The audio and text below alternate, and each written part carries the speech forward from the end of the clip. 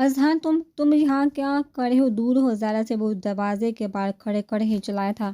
تابع اذہان 2 قدم آگے بڑھا تھا، قمیض کے سائڈ والے پاکٹ سے چند پیپر نکال کر اس کے منہ پر پھینکے تھے۔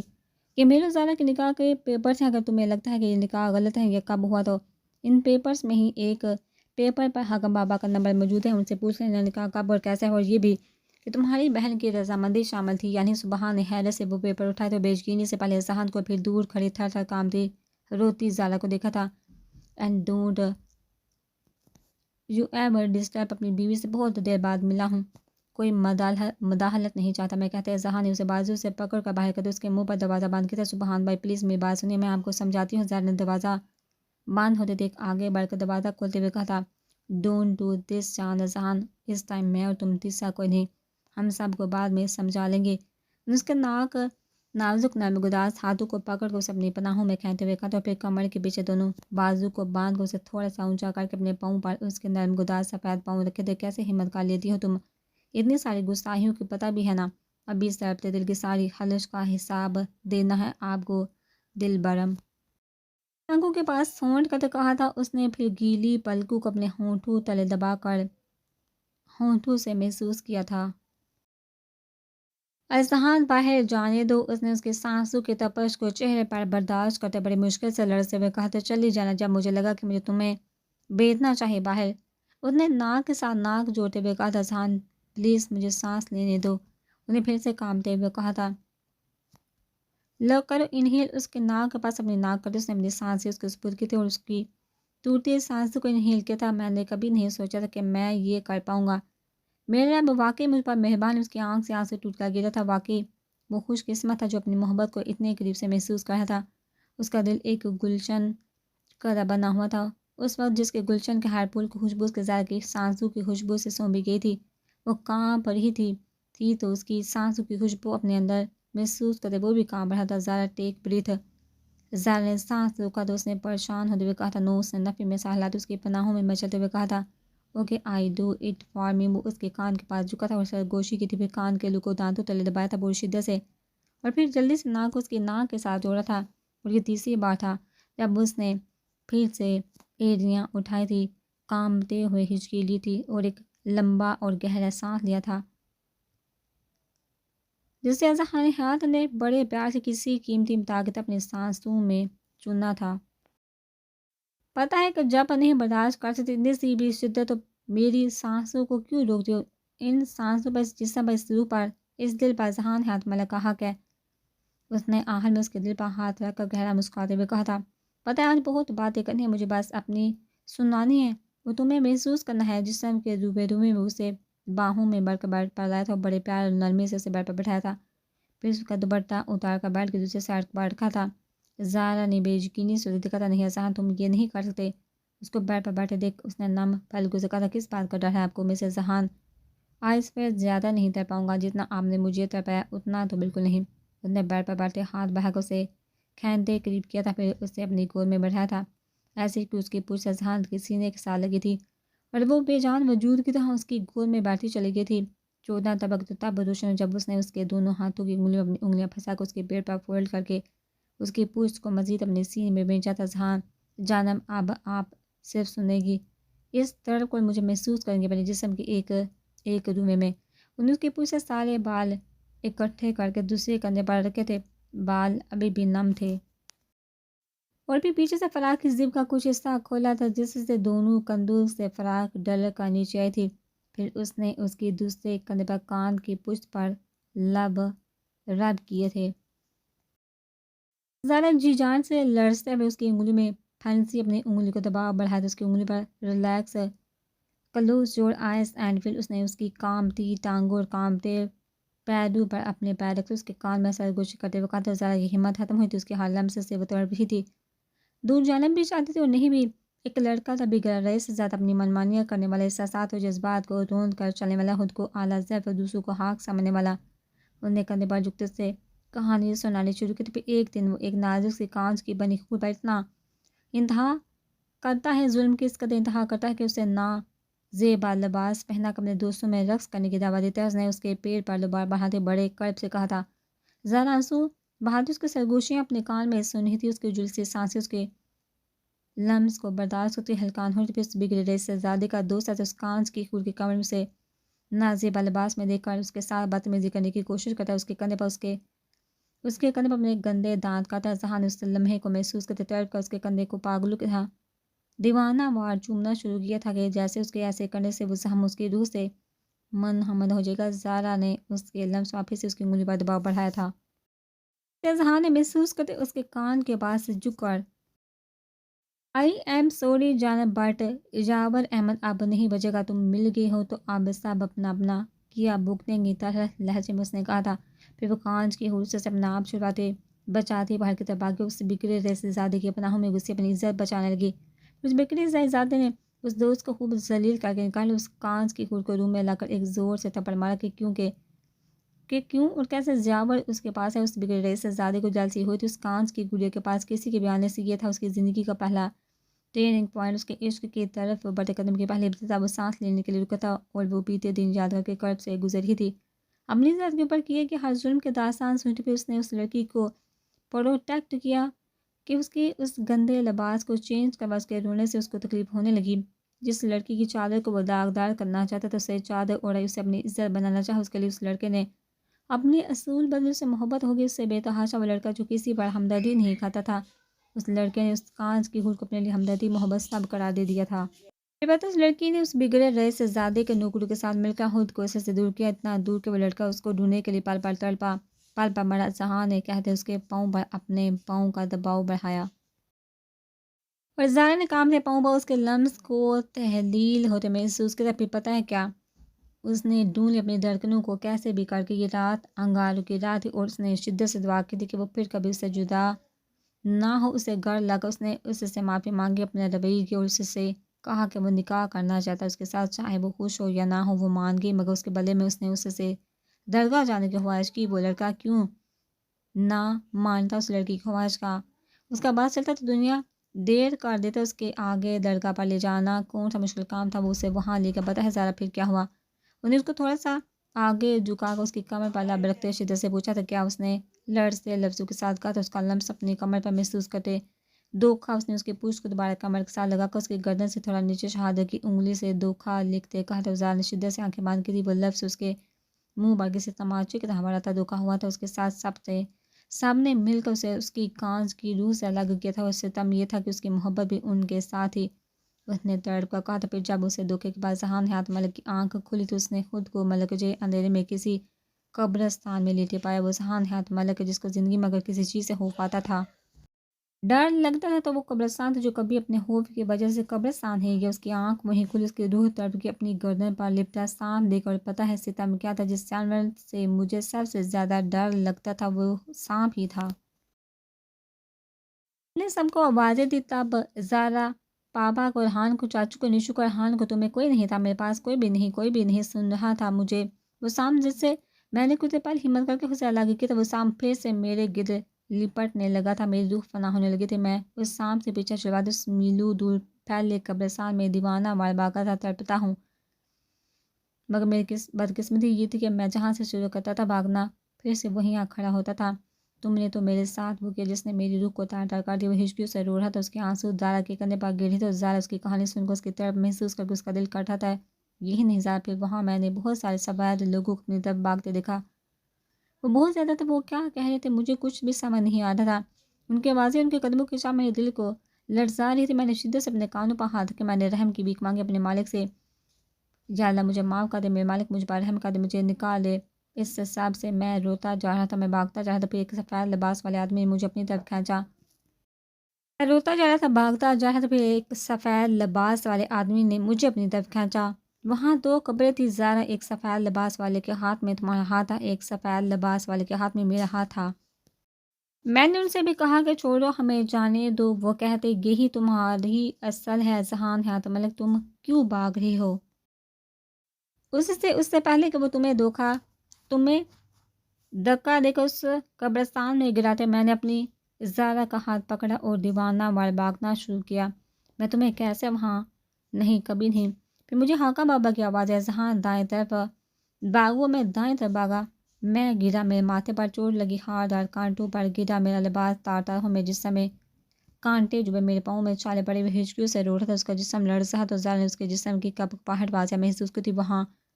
وہاں ایک دم سے اتنی جھلسی ہوئی گرم ہوا میرے جسم کے آر پار ہوئی تھی کہ مجھے اپنا گوشت سے بونتا ہوا محسوس ہوا تھا۔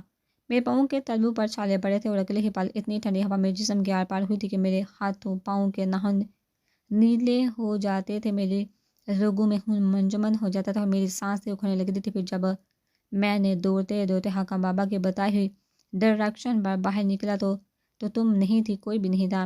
وہ ایک سڑک تھی، میرا جوتا میرے پاؤں میں نہیں تھا، میرے ماتھے سے میرے چہرے سے خون ٹپک رہا تھا، میرے پاؤں پر چھالے تھے، میرا سانس اکھڑ رہا تھا مگر مجھے پیاس نہیں تھی۔ تم نہیں تھے میرے پاس، بہت ڈھونڈا، تم کہیں بھی نہیں تھی۔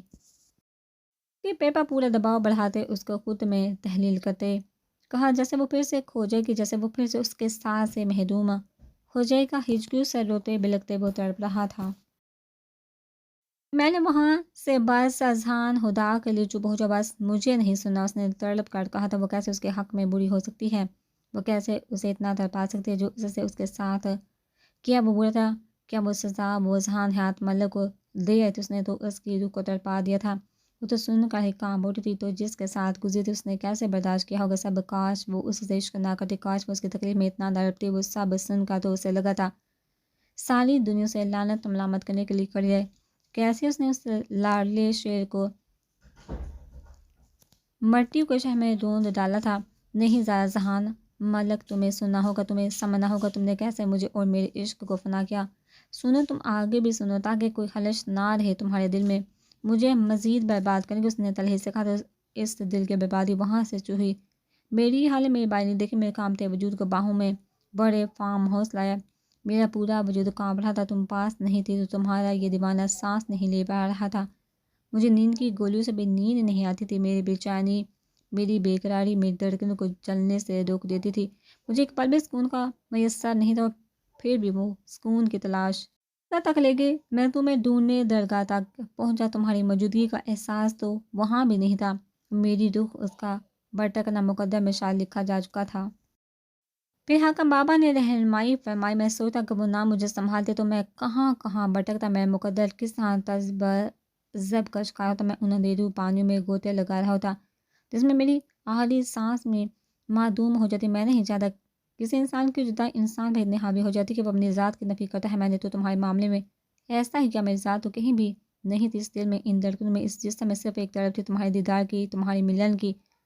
اور وہ یہ سب بتاتے ہوئے کسی چھوٹے بچے کی طرح سسک رہا تھا، جیسے کسی گہری چوٹ کے زخم سے رستے خون کو دیکھ کر بچہ بھی لگتا ہے۔ اور زارا وہ تو کسی اور ہی جہاں میں تھی، اس کی باتیں سنتی۔ پتہ ہے زارا، تم اس دل میں اس قدر سما چکی تھی، اس روح میں اس قدر تحلیل ہو چکی تھی کہ اس گناہگار نے اس رب کا در کٹایا جس نے کبھی سجدہ بھی نہیں کیا تھا، اس رب کے آگے سجدہ بھی تمہیں پانے کے لیے کیا، نماز یاد کی تو تمہیں پانے کے لیے، اور اس انسان کی ذلت پستی کی انتہا دیکھو کہ ہوا میں بھی مجھے میرے مالک نے روزہ رسول کی جالیوں کے آگے کھڑا کرنے کی سعادت بخشی، تو میں نے وہاں ہو کر بھی تمہاری ملن کی دعا مانگی۔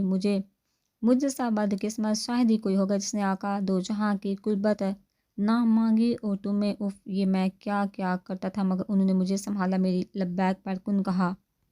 شاید وہ جانتے تھے کہ یہ دل کسی اور کے حصے میں آیا تو ساکت ہو جائے گا، یہ چل نہیں سکے گا، یہ دل اگر اس دنیا میں اپنے رب اور اس کی محبت کے بعد کسی ذی روح کی چاہت کر سکتا ہے تو وہ تم تھی۔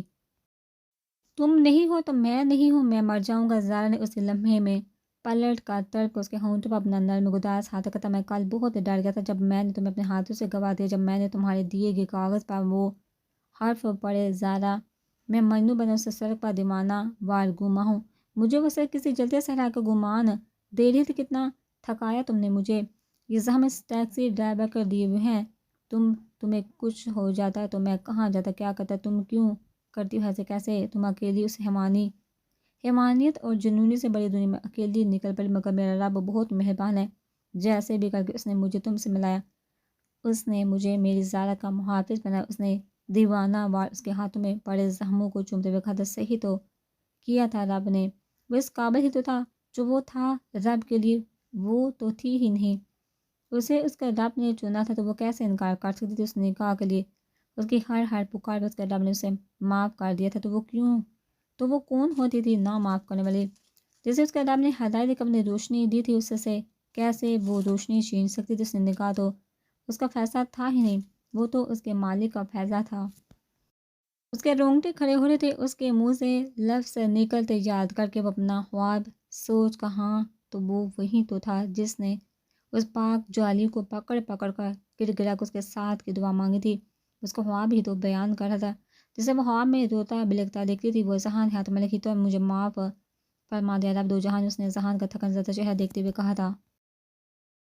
شخص جسے اس نے زندگی میں پہلی بار ایسے ہچکیوں سے روتے دیکھا تھا اپنے طرف کے لیے، وہ شاید دنیا کی خوش قسمت ترین لڑکی تھی جس کے دل کی تنابوں کو باندھا گیا تھا، اس معصوم دل کے ساتھ جس دل نے واحد لاشی کو منا لیا تھا، جس دل کی طرف میں اس کے دو جہانوں کے رب کو اپنی سچائی سمیت پا لیا تھا۔ بے شک وہ نور ہے آسمانوں کا اور زمین کا، اور دل کو مارے بغیر یہ نور نہیں مل سکتا، اور اس نے اپنے دل کو مار کر وہ نور حاصل کر لیا تھا۔ جانے اس کی دعا میں کیا طرف تھی کہ کن فرمانے والا انکار ہی نہیں کر پایا، پھر اسے دعا کرنے کا سلیقہ عطا کر دیا گیا تھا۔ اس نے ایک بھی بار اس کی جھولی خالی نہیں لوٹی تھی، اور اسے اس کی جھولی میں اس کی رہنمائی اور اس کی ہدایت میں سب کچھ ڈال دیا گیا تھا۔ کیا تھا یہ شخص جس کی سانسوں کے وہ اتنی قریب تھی؟ اس شخص سے اس کے لیے تحفہ تھا، کائناتی تحفہ، وہ تحفہ جس کی ہدایت کا وہ ذریعہ تو بنی تھی، مگر اس کے دل نے، اس کی طرف نے، اس کی خود دعا نے اسے اپنے مالک کی ہدایت دلوائی تھی۔ اس نے نماز کی طرف قدم تو زہرا کے ملن کی دعا کے لیے بڑھایا تھا، مگر رب نے اسی دل میں زہرا کی محبت سے کہیں زیادہ اپنے لیے محبت دیکھی تھی۔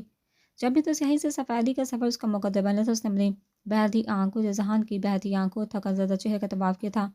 وہ رو رہی تھی، وہ بھی رو رہا تھا، اس نے تو اس سے زیادہ سفر کیا تھا، بہت زیادہ۔ پتہ ہے زہرا، میں شروع میں دعا مانگتا تھا کہ میرے مالک مجھے زہرا دے دے، پر پھر میرے دل نے مجھ سے کہا کہ زہرا تو رب سے بہت محبت کرتی ہے، وہ تو پاک روح، اس کی روح تو بے حد صاف اور شفاف ہے کسی نور کے حالے کی طرح، تو وہ مجھ گناہ گار کو کیسے ملے گی؟ مگر یہ دل نہیں مانتا تھا۔ یہ دل ہمیشہ گواہی دیتا تھا کہ جس رب میں اس کو مانگ رہا ہوں وہ تو وسیلے بناتا ہے، قسمتیں سنوارتا ہے، تو میری تقدیر کا رخ کیوں نہیں بدلے گا؟ میں نے اپنی دعا کا رخ بدلا، پھر میں نے اپنے رب سے کہا کہ اے میرے مالک، اے میرے اللہ، میں آپ سے آپ کی محبت مانگتا ہوں، اس شخص کی محبت مانگتا ہوں جو آپ سے بے حد محبت کرتا ہے، کیونکہ تم تو رب سے بہت محبت کرتی تھی۔ اس دنیا میں سب سے زیادہ وہ دعا مانگتا ہوں، وہ عمل میرے مالک جو آپ کی محبت تک پہنچا دیتا ہے۔ اے اللہ، آپ اپنی محبت مجھے، میرے اہل و عیال، میری جان، میرے مال اور ٹھنڈے پانی سے زیادہ محبوب کر دیجیے۔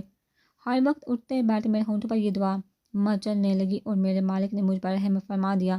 میرے اٹھے ہوئے ہاتھوں کی لاج رکھ لی۔ ذہان نے اپنے ہاتھ کو دعا کی صورت میں اٹھاتے ہوئے کہا تھا، اس کی ہتھیلیوں پر اس کے آنسو گری تھے۔ زہرا نے ان آنسو کو بڑے غور سے دیکھا تھا، وہ ندامت کے آنسو تھے، توبہ کے آنسو تھے، اور استغفار کے آنسو تھے۔ کیا تھا وہ شخص؟ ان کے ہاتھوں کو اپنے ہاتھوں میں لیتے ہوئے شدت سے اس کے گلے لگی تھی، ہچکیوں سے روتے ہوئے وہ پوری شدت سے اس کے گلے لگی تھی، بالکل ویسے جیسے کے گلے لگی تھی۔ تڑپ کر اس سڑک پر الحمدللہ، اذہان نے مسکراتے ہوئے زیر لب کہا تھا۔ اس ہاتھ عنایت اپنے رب کے صدقے واری ہی تو گیا تھا۔ ہے بس چپ، اس کو روتے ہوئے خود کو ہلکان کرتے اذہان کے دل کو کچھ ہوا تھا۔ اس نے اس کو بیڈ پر لٹاتے ہوئے کہا تھا، پھر اس پر جھکا تھا۔ تڑپنے کا، رونے کا حق صرف مجھے ہے، تمہیں نہیں، میری ذات سے جس قدر تمہیں تکلیف پہنچی تھی پہنچ چکی، اب مزید نہیں، اب مزید تم ان آنکھوں پر ظلم نہیں کرو گی۔ اس نے باری باری اپنے لب اس کی آنکھوں پر رکھتے ہوئے کہا تھا، پھر اس کے آنسوں کو اپنے لبوں سے چنا تھا، اس کی گردن میں اپنی بیٹ کو رب کر کے گہرا سانس لیا، تو وہ اس کی شرٹ کو مٹھیوں میں جگڑے پھر سے لڑتی تھی۔ اس کا ہر عمل اتنا جان لیوا تھا کہ اسے اس کے ہر لمحے سے اپنے جسم سے جان نکلتی محسوس ہوئی تھی۔ اس کے کانپنے پر اس نے لمحے بڑھ کا توقف کیے بغیر اس کی گردن میں اپنے دانت گاڑے تھے۔ ہلکے رستے خون کے ساتھ اس کی سسکی نکلی تو اس کے ہونٹوں کا سفر اس کے کانوں تک گیا۔ زہرا کی سکت ختم ہوئی تو جی جان سے اسے خود سے پڑے دھکیلنا چاہا کہ اسی لمحے وہ پوری طرح سے قابض ہوتے۔ اس کے لبوں پر جھکا تھا، پوری شدت کے ساتھ باری باری اس کے لبوں کو اپنے لبوں کے دسترس میں لیتا، اپنا ٹوٹا بکھرا جنون، اپنا درد اس کے رگوں میں انڈیلنے لگا تھا۔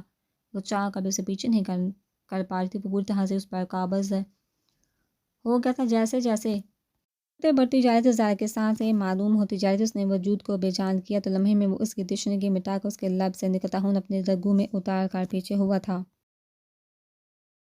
لمبے لمبے سانس لینے لگی تھی جب اس نے اس کے گال کو دانتوں تلے دبا کر پوری شدت دکھائی تھی، اور اس کی آنکھ سے موتی ٹوٹ کر اس کے چہرے پر گرا تھا۔ پھر وہ اس ہی کے دیگر سہم کا پھر سے اس کے گال پر بوسہ لیتا تھوڑا پیچھے ہوا تھا، اور پھر اس کے کان کے لو کو دانتوں تلے دبایا تھا۔ ذہان پلیز، وہ کامتے وجود کے ساتھ کہتی جب اس نے اس کے لبوں پر شہادت کی انگلی رکھی تھی، تمہاری مرضی کے خلاف کچھ نہیں ہوگا جانے۔ ذہان اس کے کان کے سرگوشی کرتے اس نے گہرا سانس لیا تھا، اور وہ پھر سے پوری طرح کامے تھے۔ اس لمحے دروازے پر ہونے والے دستک نے دونوں کی توجہ اپنی طرف کھینچی تھی۔ وہ ڈرائنگ روم میں بیٹھا وہ نکالنامہ تیسری بار پڑھ چکا تھا، حاکم بابا کو کال کر کے بھی وہ ساری معلومات حاصل کر چکا تھا۔ اس کا دماغ غصے سے بھر رہا تھا، ذہان کے ساتھ ساتھ اسے زارا پر بھی غصہ رہا تھا۔ زارا اور ذہان کو ایک ہی کمرے میں تنہا سوچ سوچ کر اس کی غیرت اسے للکار رہی تھی۔ کون بتا سکتا ہے ذہان کو زارا کے بارے میں؟ اس نے چیختے ہوئے پوری شدت سے گلاس سے زمین پر مارا، جسے اندر آتی علیحا نے بڑے غور سے دیکھا تھا۔ میں نے بتایا ایزی کو کہ ہم ادھر ہیں، اس نے اس کے سامنے بیٹھتے ٹانگ بر ٹانگ رکھتے ہوئے کہا تھا۔ کیا Aliha are you in your senses? بیوقوف لڑکی، تمہیں اندازہ بھی ہے کہ تم کیا کر گئی ہو؟ وہ داڑا تھا۔ بالکل اندازہ ہے پیٹرمین کہ میں کیا کر گئی ہوں۔ اب یہ آپ کو سوچنا ہے کہ آپ نے کیا کیا ہے۔ ایک معصوم دل کو توڑ کر اس نے اطمینان سے جواب دیا۔ وہ معصوم نہیں، تمہیں شاید اندازہ نہیں کہ وہ تم لوگوں کے ساتھ کیا کچھ کر گئے، اس لیے تمہاری آنکھیں بند ہیں۔ اس نے غصے سے کہا تھا۔ مجھے اندازہ ہے، میں جانتی ہوں سب کچھ، اور آنکھیں آپ کو کھولنے کی ضرورت ہے۔ ہمیں نہیں خدا اس نفرت پرستی اور نا کی جنگ سے باہر نکل کر سوچیے، خود بھی سکون میں رہے اور دوسروں کو بھی سکون میں رہنے دے۔ نے ٹھوس لہجے سے حقیقت کا عنایت کہا تھا۔ بہت بڑی بیوقوفی کر چکی تم علیحا، انہیں افسوس سے کہا تھا۔ مجھے نہیں لگتا دو بچے میاں بیوی کو ملانے پر تو اللہ بھی راضی ہوتا ہے۔ میں پھر کیسے بیوقوف ہوئی؟ وہ تو شکر ہے اللہ کا کہ میں نے کیوٹ کل کے موبائل میں آتی ایزی کی کال دیکھ لی، ورنہ وہ کبھی نہ ملتے، میں کبھی بھی ان تک نہ پہنچے۔ اس نے دکھ سے سبحان کی طرف دیکھتے ہوئے کہا تھا۔ کیا مطلب نشا کے موبائل میں ذہان کی کال کیوں ہوگی؟ سبحان نے نہ سمجھی سے علیحا کو دیکھتے ہوئے کہا تھا۔ اس کے ذہان بھائی ان کے بڑے بھائی ہیں، تایا کے بیٹے، اور رحان بھائی ان کے سگے بھائی ہیں۔ اس نے گویا سبحان کے سماعتوں پر بم پھوڑا تھا۔ وہ نہ سمجھی سے اور بے یقینی سے اس کے لفظوں کو سینے میں گال ہوتا تڑپ ہی تو اٹھا تھا کہ جس سے وہ محبت کرتا تھا وہ دشمنوں کی بیٹی کیسے؟ ہاں جو آ رہی ہیں آپ؟ اس کو دروازے کی طرف بڑھتے ہوئے دیکھا تو ایک دم سے اٹھتے ہوئے پوچھ بیٹھی۔ آتا کچھ ضروری کام یاد آ گیا؟ دروازہ بند کر کہتے ہوئے رکا نہیں تھا، پھر جیب سے موبائل نکالا تھا۔ ہیلو نوفل بھائی، کچھ دیر تک آ رہا ہوں، نکاح کا بندوبست کرو، اس نے کہتے فون کھٹاک سے بند کیا تھا۔ نشا کے اپارٹمنٹ کے باہر کھڑے ہو کر اس نے بیل بجاتے ہوئے دروازہ کھولنے آئے تو اس کا ہاتھ پکڑ اسے گھسیٹتا ہوا باہر کی طرف لایا تھا۔ چھوڑو مجھے، کیا چاہتے ہو اب تم دھوکے باز انسان؟ اس نے چیختے ہوئے کہا تھا۔ تب تک اسے گاڑی میں بٹھا کر لا کر چکا تھا گاڑی کو، اور بڑی تیزی سے گاڑی چلاتا وہ اسے کسی کھنڈر نما بہت دور جنگلات والی سائڈ پر سنسان ٹوٹے ہوئے مکان میں لایا تھا۔ اور کتنا گرا ہو کہ مجھے اپنی نظر میں سبحان جعفری، تمہاری ہمت بھی کیسے مجھے ٹچ کریں گی؟ How dare you? اس نے اس کے ہاتھ جھٹکے تو خود باہر کی طرف باغی خبردار جو ایک انچ بھی ہلنے کی کوشش کی مسز سبحان جعفری، اور پھڑاؤ جتنا تم تڑپو گی اتنی تمہارے بھائی کو تکلیف ہوگی۔ اس نے اسے ہاتھ سختی سے دبوچتے ہوئے کہا تھا۔ دکھا دینا اپنی اصلیت۔ میں رات سے یہ سوچی تھی کہ کاش میرے خدشات غلط ہو جائے، کاش تم ویسے نہ ہو جیسے میں سوچوں، کاش مجھ سے محبت تمہارے اتنام نہاد پلان کا حصہ نہ ہو، مگر نہیں، میں غلط تھی۔ تم نے میرے جذبات، میری محبت، میری سچائی، سب کچھ اس انا پرستی کے راستے پر میں روند ڈالا، میرے جذبوں کی توہین کر کے، میری محبت کو، میرے اعتبار کو دھوکہ دے کر۔ کیا ملا تمہیں؟ وہ روتے ہوئے مسلسل چیخ رہی تھی۔ بس بند ہو اپنی، تم میری محبت پر انگلی اٹھانے والے کون ہوتی ہے؟ منہ بند کرنا اور رونا بند کر۔ اس نے اس کی آنکھوں سے گرتے آنسو کو بڑے صبر سے برداشت کرتے ہوئے کہا تھا، مگر اس ٹائم اس کے سر پر سوار تھا ذہان سے بدلہ لینا، جو وہ صرف اسے اپنے منقوہ بنا کر لے سکتا تھا۔ جتنا تم نے زارا کے ساتھ کیا اس سے ڈبل تمہیں نہ تربیت و بات کرنا، اپنی بہن کے لیے اپنی محبت بھی قربان کرنا پڑی تو میں کرنے سے گریز نہیں کروں گا۔ تم دیکھنا ذہان حیات ملک، تمہیں اتنا مجبور کر دوں گا، تم خود چھوڑو گے میری بہن کو، اب تم سے تمہارے طریقے سے الجھوں گا میں۔ انہیں دل میں سوچا تھا، تیار ہو جا، تھوڑی دیر تک نکاح ہے ہمارا۔ اس نے گویا اس کے سر پر بم بھوڑا تھا۔ اپنی گھٹیا پلاننگ میں تم مجھے شامل مت کرو، میں تم پر تھوکوں بھی نہ، نکاح تو بہت دور کی بات ہے۔ اس نے غصے سے کنٹرول کرتے ہوئے اس کی طرف دیکھتے ہوئے کہا تھا۔ اوکے مرضی تمہاری، میں زارا کو کال کر کے کہتا ہوں وہ زہر والا دودھ ذہان کو پلا دے۔ جب تمہیں اپنی بھائی کی فکر نہیں تو ہمیں کیوں ہلکان ہو؟ اس نے کندھے اٹھاتے ہوئے صاف لفظ میں کہا تھا۔ زارا ایسا کچھ نہیں کرے گی، محبت کرتی وہ ذہان بھائی سے۔ اس نے بے یقین سے کہا تھا۔ محبت؟ ہاں وہ تو میں بھی تم سے کرتا ہے، تو بہت معصوم ہو کہتے۔ اس نے موبائل نکال کر نمبر ڈال کیا تھا۔ کو پلیز کچھ مت کرنا، میرے بھائی کو میں تیار ہوں کہہ دے۔ اس نے شدت سے روتے ہوئے ہچکیاں لی تھی، وہ پوری طرح ٹوٹ چکی تھی۔ سبحان کا دل کیا تو اسے باہوں میں بھر کے اس کے سارے آنسو سمیٹ لے، مگر وہ چاہ کر بھی ایسا نہیں کر سکا۔ ہیلو نوفل بھائی، اس لوکیشن پر پہنچے۔ اس نے نوفل کو کال کر لوکیشن بتائی۔ کچھ دیر بعد نوفل ایک دو لوگ اور نکاح ہوا کے ساتھ وہاں موجود تھا۔ یہ سب کیا ہے سبحان؟ انہیں روتی نشا کو دیکھا پوچھا تو محبت ہے، یہ میری نکاح کرنا چاہتا، اس نے نکاح ہو جائے پھر آپ کو سب بتاتا۔ سبحان نے تھکے ہوئے لہجے میں کہا تو نوفل نے لمبا سانس ہوا کے ثبوت کی، اس نے شاید بھروسہ تو سبحان پر وہ کبھی کچھ غلط نہیں کرے گا۔ اسے اس بات کا بھی یقین تھا کہ اس کا دوست کسی کا بھی دل نہیں دکھا سکتا، کیونکہ وہ بہت پہلے سے اس سے پرسنلی جانتا تھا۔ کچھ سیکنڈز میں نکاح شروع ہوا تھا۔ نکاح ہوا نے نشا کے پاس بیٹھے ہوئے بڑے پیار سے پوچھا تھا، نشا کبیر ملک آپ کو سبحان جعفر اپنے نکاح میں قبول ہے۔ اس نے ایک نظر سامنے بڑے سبحان کو دیکھا تھا جس نے اتنی بری طرح اس کا دل کانچ کے ٹکڑوں میں بدلا تھا کہ اسے نفرت ہوئی تھی۔ اسے کیا اس شخص نے ایسے شامل ہونا تھا اس کی زندگی میں؟ قبول ہے اس نے لرزتے لفظوں سے کہا تھا۔ قبول ہے اس نے لرزتے لفظوں سے کہا تھا سبحان جعفر کہ آپ کو نکاح کیا آپ نشا کبیر ملک اپنے نکاح میں قبول ہے؟ مولوی نے پوچھا تھا۔ اس نے سامنے بیٹھی روتی بلکتی red long coat blue jeans لمبے بالوں کو کندھوں پر گرائے لال ہوتی ناک اور سوجی آنکھوں سے خود کو ہلکان کرتے لڑکی کو دیکھتے ہوئے کہا تھا۔ تینوں بڑے جواب اقرار کے بعد اس نے کانپتے ہاتھوں سے سائن کیے تھے۔ مسز میں ان تو چھوڑوں پھر آ کر آپ کی خبر لیتا ہوں۔ نکاح کی دعا کے بعد وہ نوفل مولوی کو باہر چھوڑنے کا کہتے ان کے ہمراہ باہر کی طرف بڑھا تھا۔